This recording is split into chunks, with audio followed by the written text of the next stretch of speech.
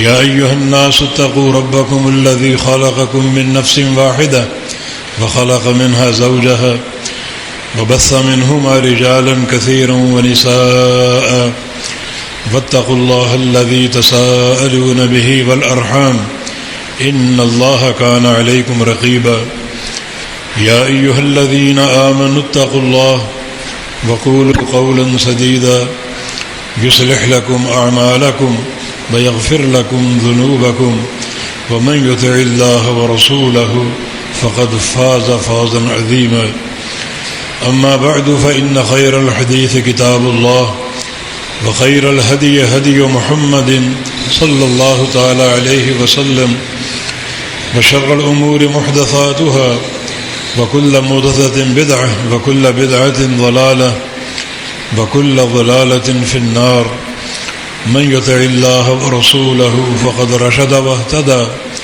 ومن يعص الله ورسوله فقد ضل وغوى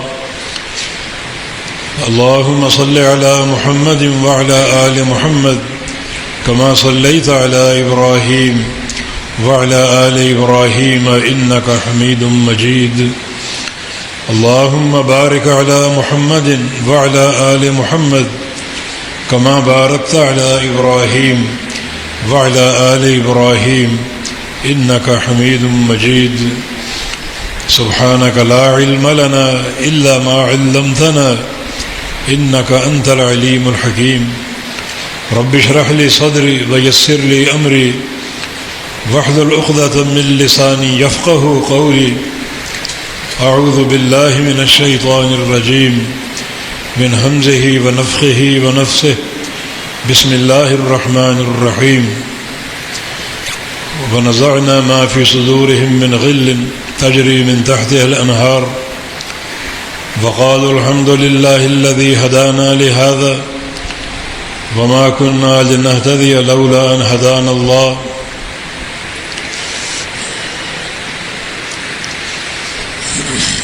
سورۃ الاعراف کی یہ آیت مبارکہ جنت کے حوالے سے چند خبروں پر مشتمل ہے وَنَزَعْنَا مَا فِي صُدُورِهِم مِّن غِلٍّ ہم اہل جنت کو جنت میں داخل کریں گے اور ان کے سینوں کو ہر قسم کے مکر سے، فریب سے،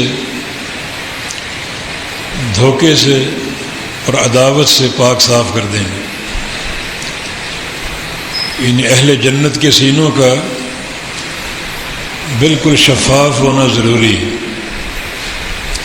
کسی قسم کا حسد نہ ہو، کسی قسم کا کینہ نہ ہو، کسی بھائی کی فریب کاری کی نیت نہ ہو، بلکہ بعض احادیث سے واضح ہوتا ہے کہ یہ جنت کا شارٹ کٹ ہے۔ وَأَن تُصْبِحَ وَلَيْسَ فِي قَلْبِكَ غِشٌّ لِأَحَدٍ کہ صبح جب بھی اٹھو اپنے سینے کو ٹٹولو کہ اس میں کسی بھائی کے خلاف کوئی کینہ تو نہیں ہے، کسی قسم کا بغض تو نہیں ہے، حسد کے جذبات تو نہیں ہیں، اور اگر ایسا کچھ نہ ہو تو یہ قوارب نجات میں سے ہے، بالکل جنت کا قریبی راستہ۔ بلکہ ایک حدیث میں نبی علیہ السلام نے ایک مجلس میں فرمایا تھا، سیدخل علیکم رجل من اہل الجنہ، کہ تم پر ایک بندہ داخل ہونے والا ہے جو کہ جنتی ہے۔ تھوڑی دیر بعد ایک صحابی اس مجلس میں داخل ہوا اور تمام صحابہ اس کو رشک کی نظروں سے دیکھ رہے تھے۔ جب مجلس برخاست ہوئی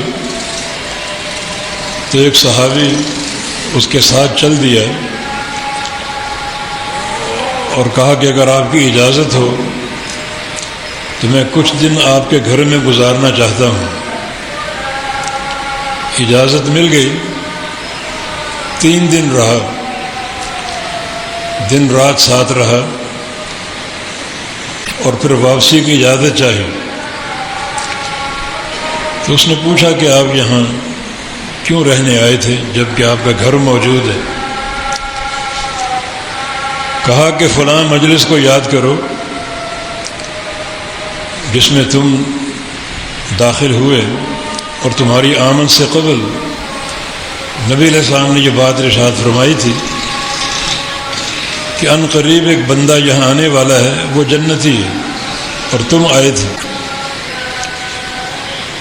میں نے سوچا کہ میں دیکھوں کیا تمہارا کردار ہے، کیا تمہارا عمل ہے، دن رات کی مصروفیتیں کیا کیا ہوتی ہیں، تاکہ میں بھی ویسا ہی بن جاؤں اور اس بشارت کا مستحق بن جاؤں۔ تو اس نے پوچھا پھر آپ نے کیا دیکھا؟ کہا کہ کوئی خاص بات نہیں دیکھی، دن کے سارے معمول ہمارے ایک جیسے ہیں، رات کو تم بھی تہجد پڑھتے ہو، ہم بھی پڑھتے ہیں، کوئی خاص فرق نہیں دیکھا، اور کسی خاص عمل کا میں نے مشاہدہ نہیں کیا۔ تھوڑی سی مایوسی ہوئی ہے، اس لیے گھر لوٹ رہا ہوں۔ تو اس نے جواب دیا کہ تم نے میرے ظاہری اعمال کو دیکھا ہے، نمازوں کو، تہجد کو، لیکن تم نے میرے دل کو نہیں دیکھا، سینے کو نہیں دیکھا۔ میرا دل جو ہے ایک شفاف آئینے کی طرح ہے، اس میں کسی بھائی کے خلاف نہ کوئی کینہ ہے، نہ کوئی حسد ہے، نہ کوئی بغض ہے، نہ کسی قسم کی عداوت کا جذبہ ہے، بالکل پاک صاف۔ کہا کہ یہی ایک فرق ہے میرے اور تمہارے درمیان۔ تو جنت کے داخلے کے لیے ضروری ہے کہ انسان اپنے دل کو اور اپنے سینے کو پاک اور صاف رکھے، شفاف رکھے، کسی قسم کا بغض نہ ہو، حسد اور مکر کے جذبات نہ ہوں۔ تو وَنَزَعْنَا مَا فِي صُدُورِهِم مِّن غِلٍّ تَجْرِي مِن تَحْتِهِمُ الْأَنْهَارُ، جس جنت میں داخل ہوں گے اس کے نیچے نہریں جاری ہوں گی۔ 4 قسم کی نہروں کا ذکر ملتا ہے، بہت ہی عمدہ پانی کی نہر، اور شہد کی، اور ایسی شراب کی جس میں نشہ نہ ہو، اور دودھ کی نہریں جاری ہوں گی۔ یہ اہل جنت کا انعام ہے۔ اس وقت جنتی ایک جملہ کہیں گے، وہ قرآن نے نقل کیا ہے، وَقَالُوا الْحَمْدُ لِلَّهِ الَّذِي هَدَانَا لِهَذَا وَمَا كُنَّا لِنَهْتَدِيَ لَوْلَا أَنْ هَدَانَا اللَّهُ۔ ہر قسم کی تعریف اللہ کے لیے ہے جس نے ہمیں ہدایت دی، دین اسلام کی، عقیدہ توحید کی، اپنی معرفت کی، نبی کی معرفت اور نبی کی محبت اور اطاعت کی۔ اگر وہ ہدایت نہ دیتا تو ہم ہدایت نہ پا سکتے۔ یعنی جنت کا داخلہ اللہ تعالیٰ کے فضل کی بنا پر ہے، اور اس کی نعمت ہدایت کی بنا پر ہے۔ لقد جاءت رسول ربنا بالحق، پھر اس کا سبب یہ ہے کہ ہمارے پاس ہمارے رب کے رسول آئے، حق لے کر، سچائی لے کر، سچا اور پیارا دین لے کر، جس کے ہم پیروکار بن گئے اللہ کی توفیق سے۔ ونودوا، اب وہ پکارے جائیں گے، ان تلکم الجنہ، یہی ہے وہ جنت، اورثتموہا، جس کی وراثت تمہیں دی گئی ہے، تم جنت کے وارث بنا دیے گئے ہو۔ اور یہ وراثت دوہری ہے، ڈبل ہے۔ ڈبل کا معنی یہ ہے کہ اللہ رب العزت نے ہر انسان کے لیے، مسلمان ہو، کافر ہو، مشرک ہو، فاسق و فاجر ہو، موحد ہو، جنت میں گھر بنا رکھا ہے۔ ہر بندے کا گھر موجود ہے، اور جو انسان اپنی برد کرداری کی وجہ سے اور شرک و بدعت کی وجہ سے جنت کے اپنے اس گھر کو حاصل کرنے کا اہل نہ بن سکا، تو اس کا گھر کسی مسلمان کو دے دیا جائے گا، وہ اس کا وارث بن جائے گا، اور دوسرا وہ گھر جو اس کا اپنا بنا دیا گیا تھا، یہ دوہری وراثت ان کو حاصل ہوگی۔ اورثتموها بما کنتم تعملون، یہ تمہارے عمل کا نتیجہ ہے، تمہارے عمل کی برکت۔ یعنی عجیب بات ہے، جب جنتی ذکر کریں گے جنت کی نعمت کا تو اپنے عمل کا ذکر نہیں کریں گے، وہ جنت کے باغات کو اور بہشت کی نعمتوں کو دیکھ کر اپنے عمل کی کچھ اہمیت نہ جانیں گے کہ بھلا ہمارے عمل اس اعلیٰ ترین گھر کا مستحق بن سکتے ہیں۔ عمل کا ذکر نہیں کریں گے، رب تعالیٰ کے فضل کا ذکر کریں گے، یہ اس کا فضل ہے، اس کا انعام ہے کہ اس نے ہمیں اس عمدہ گھر میں لا بسایا ہے۔ مگر اللہ تعالیٰ جب ذکر کرے گا تو ان کے عمل کا ذکر کرے گا، جس کا معنی اللہ رب العزت اپنے بندوں کے عمل کا بڑا قدردان ہے۔ اورثتموها بما کنتم تعملون، جو تم نے عمل کیے اس عمل کی بنا پر تمہیں جنت کی وراثت دی گئی ہے۔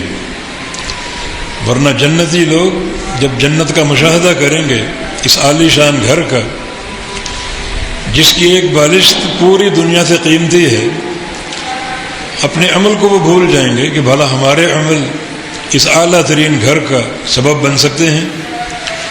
محض اللہ کا فضل اور اس کا احسان اور اس کا انعام ہے، مگر اللہ رب العزت اپنے بندوں کے اعمال کا بڑا قدردان ہے۔ چھوٹے سے چھوٹے عمل پر اللہ تعالیٰ راضی ہو جاتا ہے اگر بندے کا دل اخلاص سے بھرا ہو اور اس کا دل منفی عوارض سے پاک صاف ہو۔ اب یہاں اہل جنت نے جس نعمت کا ذکر کیا جنت کے داخل ہونے کی بنا پر، وہ نعمت ہدایت ہے۔ الحمدللہ الذی ہدانا لہذا، اس رب کے لیے تمام تعریفیں جس نے ہمیں ہدایت دی۔ اگر وہ ہدایت نہ دیتا تو ہم ہدایت نہ پا سکتے۔ یہ اس کا فضل اور اس کا انعام ہے کہ ہمیں دنیا میں ہدایت سے مشرف کر دیا اور آج اس گھر کی وراثت دے دی۔ تو یہ نعمت ہدایت ہے، جس نعمت کی آپ روزانہ دعا کرتے ہیں، اہدنا الصراط المستقیم، کہ یا اللہ ہمیں صراط مستقیم کی ہدایت دے دے۔ حافظ ابن تیمیہ رحمہ اللہ فرماتے ہیں جب بھی یہ دعا کرو اہدنا الصراط المستقیم، تو آپ کے دل میں دو معنی حاضر ہونے چاہیے۔ ایک طلب ہدایت کا معنی کہ ہمیں ہدایت دے دے، ہدایت دے دے، اور دوسرا معنی ہدایت کی استقامت کا کہ اس پر قائم بھی رکھنا۔ ورنہ اللہ رب العزت جب چاہے بندوں کے دلوں کو پھیر دے۔ ان القلوب بین اصبعین من اصابع الرحمن یقلبها کیف یشاء، سارے بندوں کے دل اللہ تعالیٰ کی دو انگلیوں کے بیچ میں ہیں، اللہ ان دلوں کو جب چاہے پھیر دے، جب چاہے ہدایت سے گمراہی کی طرف پھیر دے۔ وہ ذات بے پرواہ ہے۔ نبی علیہ السلام کی دعا اللہم انی اعوذ بک من الحور بعد الکور، اے اللہ نعمتیں عطا فرمانے کے بعد ان نعمتوں کو چھین لے، میں اس سے پناہ چاہتا ہوں۔ اور سب سے بڑی نعمت ہدایت ہے کہ تو نے عطا فرما دی۔ یہ نہ ہو کہ تو اس نعمت کو چھین لے اور مجھے گمراہی اور کفر کی وادی میں دھکیل دے۔ تو ابن تیمیہ رحمہ اللہ یہ اہدنا الصراط المستقیم جب بھی کہو نماز میں، یہ سورہ فاتحہ کی آیت ہے جس کے بغیر نماز نہیں ہوتی، تو آپ کے دل میں دو معنی حاضر ہوں، ایک طلب ہدایت کا معنی، دوسرا استقامت ہدایت کا معنی کہ اس پر قائم بھی رکھنا اور کبھی اس کو چھین نہ لینا۔ تو اسی نعمت کا ذکر اہل جنت کر رہے ہیں، ہدانا لہذا، کہ اللہ نے ہمیں ہدایت دی، جس ہدایت کی بنا پر ہمیں جنت کی وراثت مل گئی۔ تو نعمت ہدایت بہت ہی قیمتی نعمت ہے۔ اللہ تعالیٰ نے قرآن پاک میں ایک چھوٹا سا جملہ ارشاد فرمایا ہے، اس میں نعمت ہدایت کی بنیاد فراہم کر دی۔ 2 لفظی جملہ ہے، وَإِن تُطِيعُوهُ تَهْتَدُوا، وَإِن تُطِيعُوهُ تَهْتَدُوا، دو الفاظ صرف،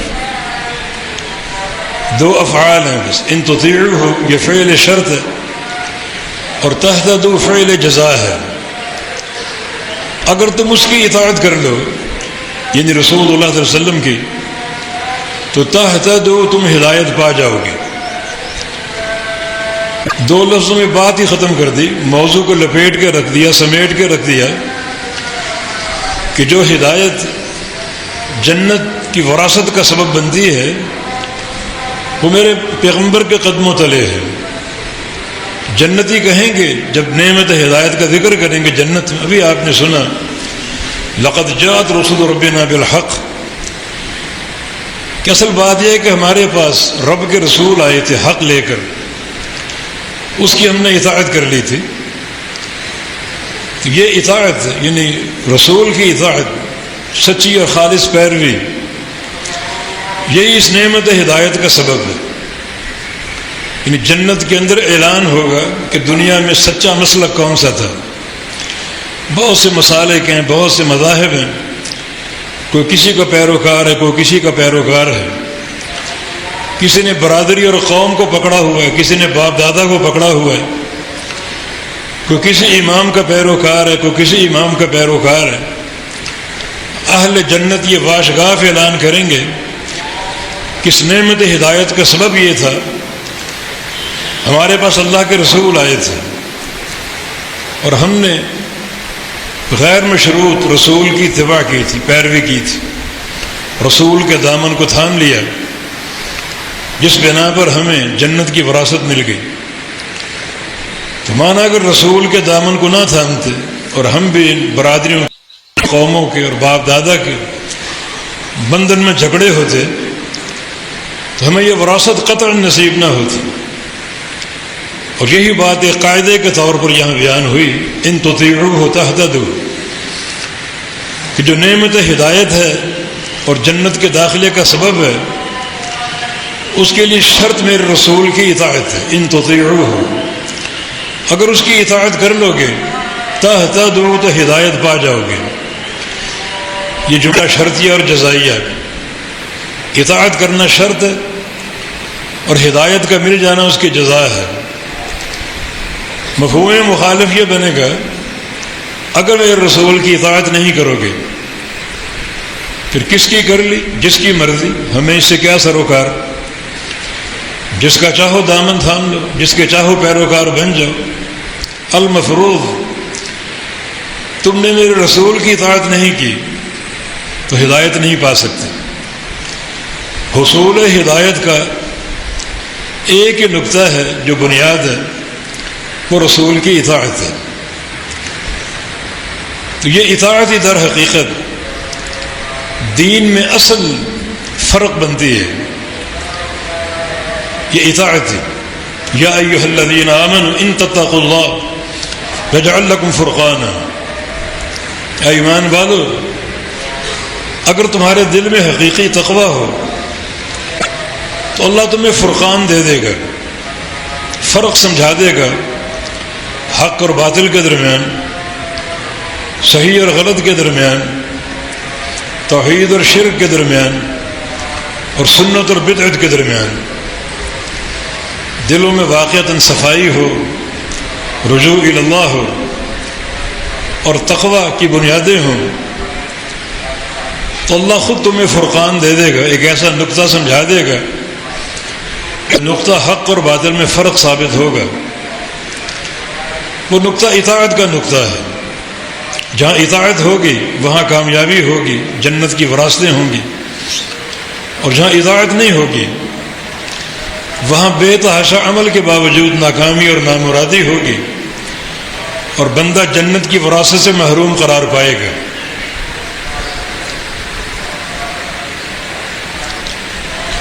ایک مثال سے اس بات کو سمجھتے ہیں، صحیح بخاری کی حدیث ہے، نبی علیہ السلام نے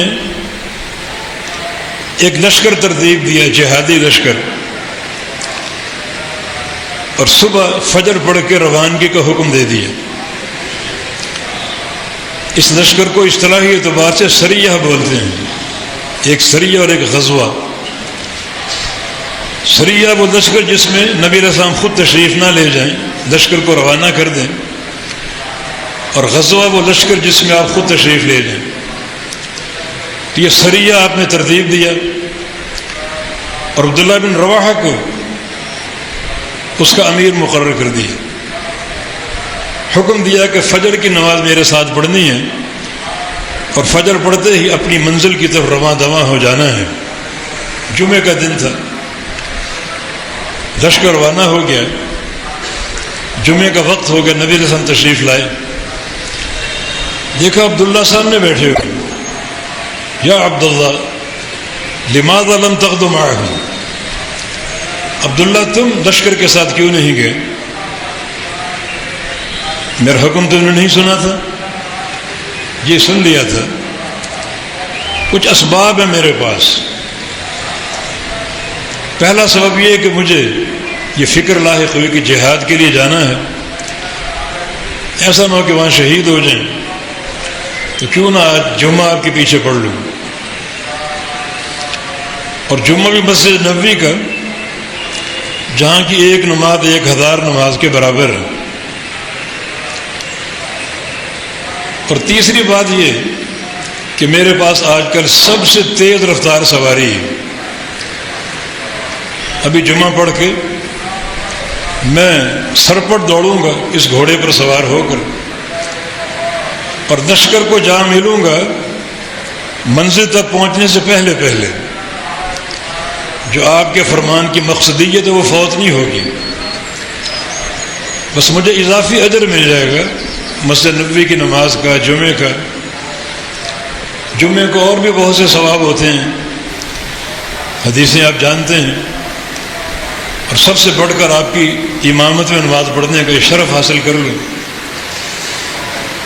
تو یہ 3 وجوہات تھیں جن کی بنا پر میں ٹھہر گیا۔ کبھی دوڑ لگا دوں گا اور لشکر کو جا پہنچوں گا، مقصدیت بھی فوت نہیں ہوگی۔ اس موقع پر رسول اللہ علیہ وسلم نے ایک جملہ ارشاد فرمایا، لو انفقت ما فی الارض جمیعا لما ادرکت فضل غدوتہم۔ عبداللہ کس ثواب کی بات کر رہے ہو؟ یہ پوری زمین اگر آپ کی ملکیت میں دے دی جائے اور پوری زمین کے آپ مالک بن جائیں تمام نعمتوں سمیت، اور سب اللہ کی راہ میں خرچ کر دو، تو ان لوگوں کے ثواب کو پہنچ ہی نہیں سکتے جو میرے 2 لفظی فرمان کو مانتے ہوئے فجر پڑھ کے روانہ ہو چکے۔ اب یہاں تقابل کیجئے، ایک طرف عبداللہ بن رواحہ ہیں اور دوسری طرف لشکر کے باقی لوگ ہیں۔ عبداللہ بن رواحہ جس ثواب کی بات کر رہے ہیں بڑا عظیم ہے، وہ مسجد نبوی کا جمعہ اور نبی علیہ السلام کی امامت عظیم ہے۔ عبداللہ اس ثواب میں اور اضافہ کر لو، اور وہ پوری دنیا کو خرچ کرنے کا ثواب، یہ بھی اس کھاتے میں ڈال لو۔ جمعہ کی ادائیگی بھی ہو گئی، میری اقتداء بھی ہو گئی، اور ساتھ ساتھ یہ بھی شامل کر لو کہ پوری دنیا آپ کو دے دی جائے اور ساری آپ اللہ کی راہ میں خرچ کر دیں، کیا اس کا ثواب ہوگا۔ اور خرچ کرنا بھی صحابی کا، عظیم صحابی کا، اس مجاہد کا، جبکہ صحابہ کا خرچ کرنا اس کا ایک منفرد مقام ہے۔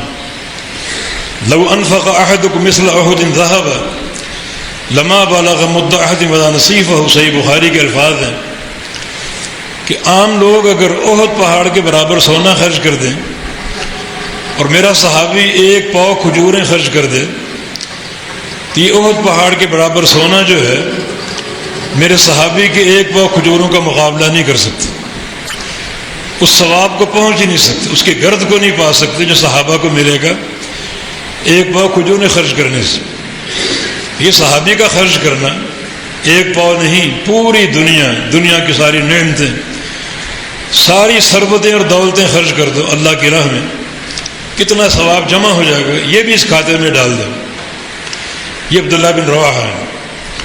دوسری طرف وہ لوگ جو فجر پڑھ کے روانہ ہو چکے، ان کے کھاتے میں مسجد نبوی کا جمعہ نہیں ہے، نہ نبی علیہ السلام کی امامت کا اجر ان کے کھاتے میں ہے، نہ انہوں نے پوری دنیا خرچ کی، ان کو پوری زمین نہیں دی گئی کہ ساری خرچ کر دو، کچھ بھی نہیں دیا گیا، کچھ بھی نہیں ان کے کھاتے میں۔ یہ تین نعمتیں آپ کے کھاتے میں ہیں، اور جو لوگ فجر پڑھ کے روانہ ہو چکے ان کے کھاتے میں کچھ نہیں، نہ مسجد نبوی کا جمعہ ہے، نہ میری اقتداء کا ثواب ہے، نہ پوری زمین اور نعمتیں اللہ کی راہ میں خرچ کرنے کا اجر ہے۔ لیکن اس ایک نقطے پر کہ فجر پڑھ کے روانہ ہو چکے، جو ثواب ان کو مل چکا، ان سارے اعمال کے نتیجے میں جو ثواب آپ کو ملے گا وہ اس ثواب تک پہنچ ہی نہیں سکتے، تم ان کے مقام کو پا ہی نہیں سکتے، ان کے درجے تک پہنچ ہی نہیں سکتے۔ اب فرق آپ نے دیکھ لیا، فرقان کیا ہے؟ دونوں میں جو نقطہ فارقہ ہے وہ کیا ہے؟ حالانکہ ایک طرف اعمال کی بھرمار ہے، ڈھیر لگا ہوا ہے، بڑے نفیس اعمال ہیں، نفیس سوچ ہے، اور فکر بھی ایک صحابی کی ہے، مقصدیت بھی ختم نہیں ہو رہی، لشکر تک جا پہنچوں گا، اور دوسری طرف یہ اعمال نہیں ہیں، نہ ان کے کھاتے میں یہ نیکیاں ہیں۔ صرف ایک ہی نیکی اس کے سارے اعمال پر بھاری پڑ گئی، اور وہ اطاعت رسول صلی اللہ علیہ وسلم، نبی کی اطاعت کرتے ہوئے فجر پڑھ کے روانہ ہو چکے۔ باقی نیکیاں انجام نہیں تھیں، باقی نیکیاں عبداللہ کے پاس، مگر فرمایا کہ تم ان ساری نیکیوں کے ساتھ ان کے ثواب کو پہنچ ہی نہیں سکتے، یعنی قریب قریب ہونا تو دور کی بات ہے، ان کے ثواب کو تم پہنچ ہی نہیں سکتے، پا ہی نہیں سکتے، جسے ایک جملے پر عمل کر کے فجر پڑھ کے روانہ ہو چکے۔ یہ ہے اطاعت، وَإِن تُطِيعُوهُ تَهْتَدُوا، کہ میرے حبیب کی اطاعت کرو گے ہدایت پا جاؤ گے، مگر اطاعت کی جو مرکزیت اس کو پہچانا، بس نبی کی بات ماننا، نبی کی اطاعت کرنا، حالات کچھ ہوں، زمانہ کچھ ہو، موقف کچھ ہوں، لوگوں کی سوچ اور فکر کچھ ہو۔ ایک اور مثال سے اس بات کو واضح کرتے ہیں، فتح مکہ کا سفر تھا، رمضان میں ہوا تھا، اور سب صحابہ کا روزہ تھا،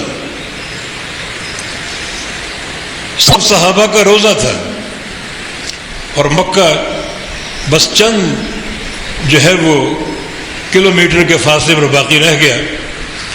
عصر کا وقت، امیر عمر بن خطاب رضی اللہ عنہ آئے اور آ کر نبی علیہ السلام سے عرض کیا کہ سب کا روزہ ہے اور گرمی کی شدت ہے، روزہ اگر باقی رہا مکہ میں داخل ہوں گے، ہو سکتا ہے جنگ کرنی پڑے، کہیں جنگ میں ہم کمزوری کا شکار نہ ہو جائیں۔ یہ بات مجھے پریشان کر رہی ہے کہ روزے میں نقاہت ہے اور پیاس کی شدت ہے، بھوک سے نڈھال ہیں، مکہ قریب ہے، اب جو ہی مکہ میں داخل ہوئے اور جنگ چھڑ گئی، یہ کمزوری اس کا کیا بنے گا؟ رسول اللہ صلی اللہ علیہ وسلم نے، چونکہ آپ اللہ کی وحی کے ناطق تھے، وَمَا يَنطِقُ عَنِ الْهَوَىٰ إِنْ هُوَ إِلَّا وَحْيٌ يُوحَىٰ، یہ دین وحی ہے، اللہ کا پیغام آ گیا، وحی آ گئی کہ ان سب کو حکم دو روزہ افطار کر لیں، اسی وقت افطار کر لیں، عصر کا وقت ہے، اجر پورا دوں گا، اجر کی کمی نہیں ہے، افطار کر لو اسی وقت، کھاؤ اور پیو، اپنی طاقت اور قوت کو بحال کرو، جہاد فی سبیل اللہ کے لیے آپ نے حکم دیا، اور صحابہ نے افطار کر لیا، سارے صحابہ سیراب ہو گئے، اور کچھ نے افطار نہیں کیا، یہ سوچ کر کہ ہم روزہ پورا کر لیں گے، اجر کی حرص تھی، نبی علیہ السلام کی مخالفت کی نہیں، ہمیں ثواب زیادہ ملے گا۔ اب یہاں صحابہ کی دو جماعتیں بن گئیں، ایک روزہ توڑ چکی، کھول چکی عصر کے وقت، اور دوسری جماعت روزے سے ہے۔ بتائیں عمل کس کے پاس ہے؟ جو روزے سے ہیں۔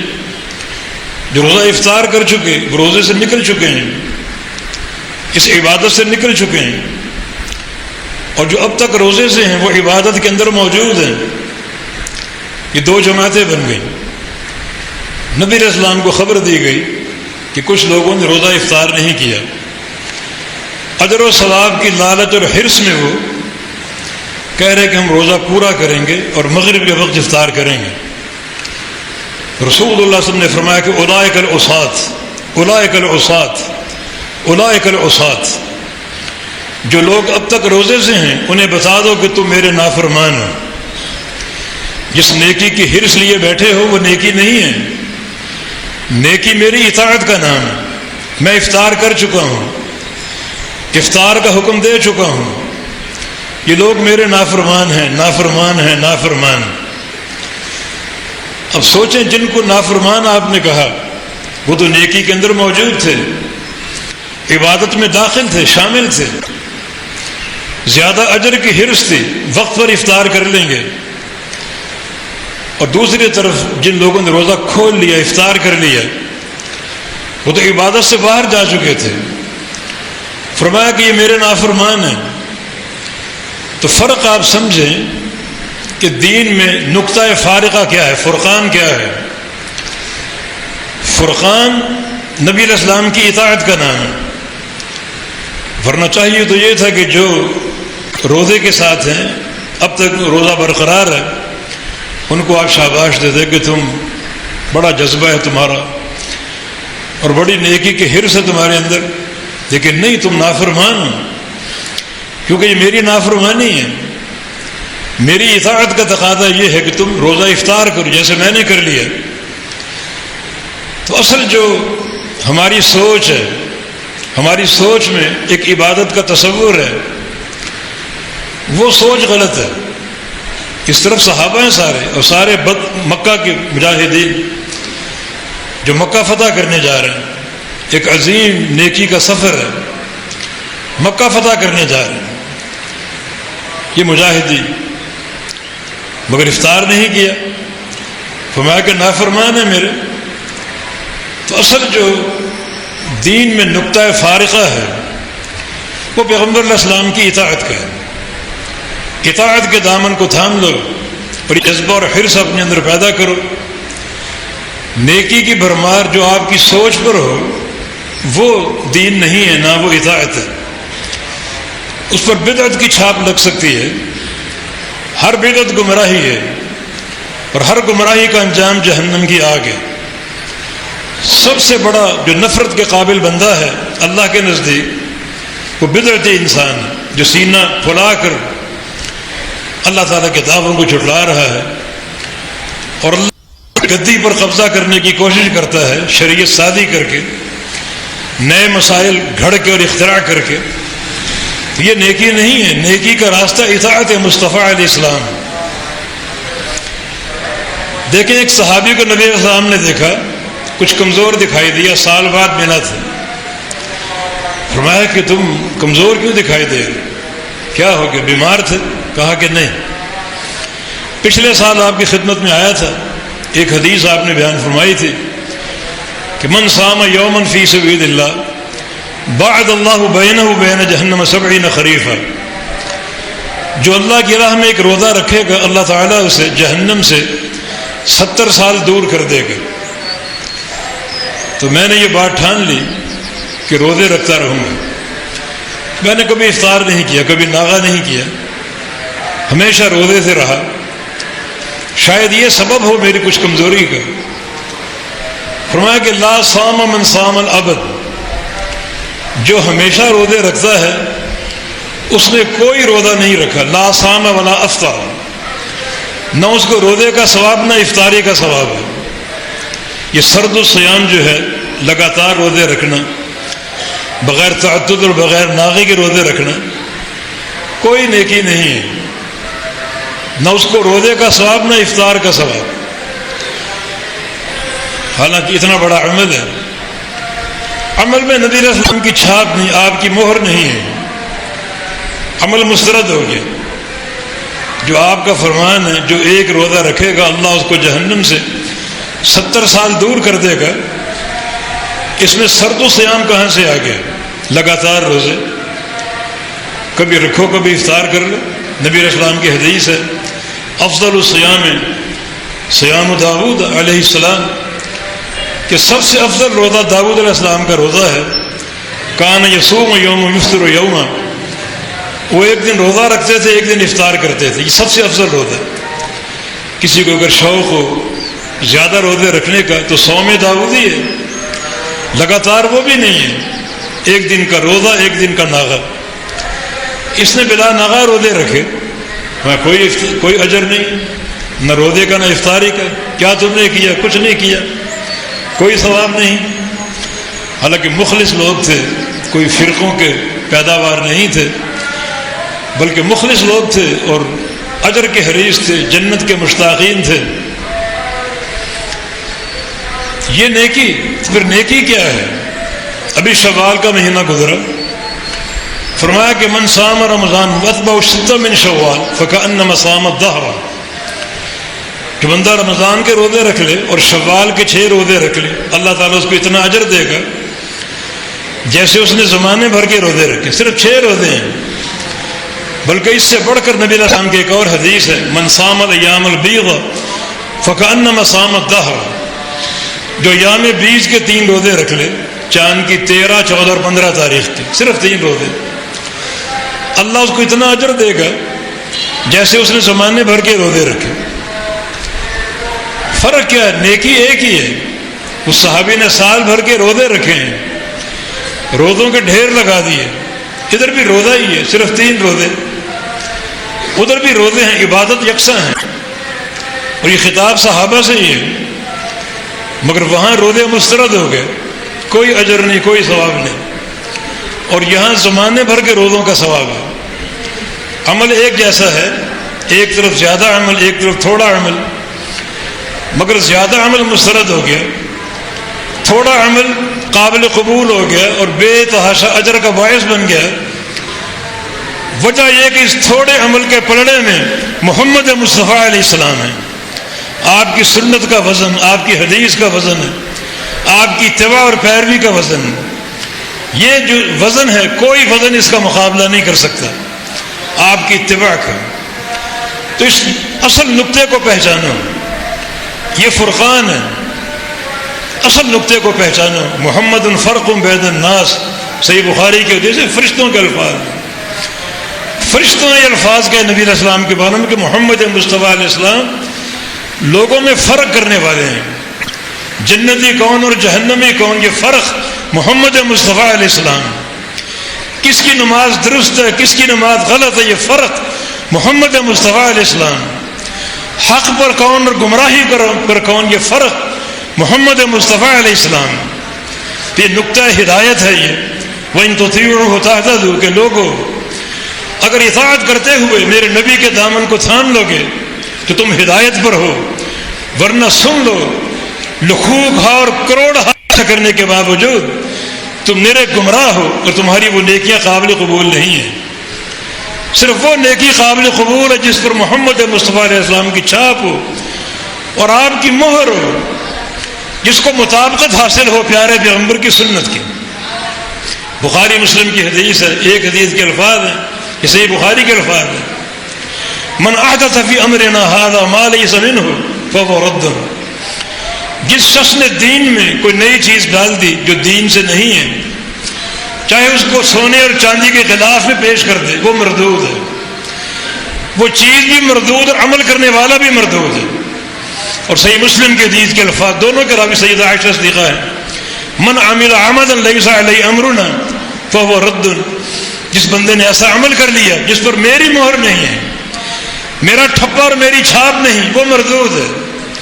یہ قاعدہ کھلیا ہے، اس حدیث کو علماء نے تحصیل کا درجہ دیا، ایک ایسا اصل اللہ کے پیغمبر نے پیش کر دیا کہ جو ایک قاعدہ کلیہ ہے اور ایک کلی اصول کی حیثیت رکھتا ہے۔ یہ دنیا کا دستور نہیں ہے، ایک لفظ کا دستور ہوتا ہے، ایک لائن کا دستور ہوتا ہے اور نیچے 75 لائنیں ترمیم کی ہوتی، استثناءات کی، یہ استثناء یہ استثناء یہ استثناء۔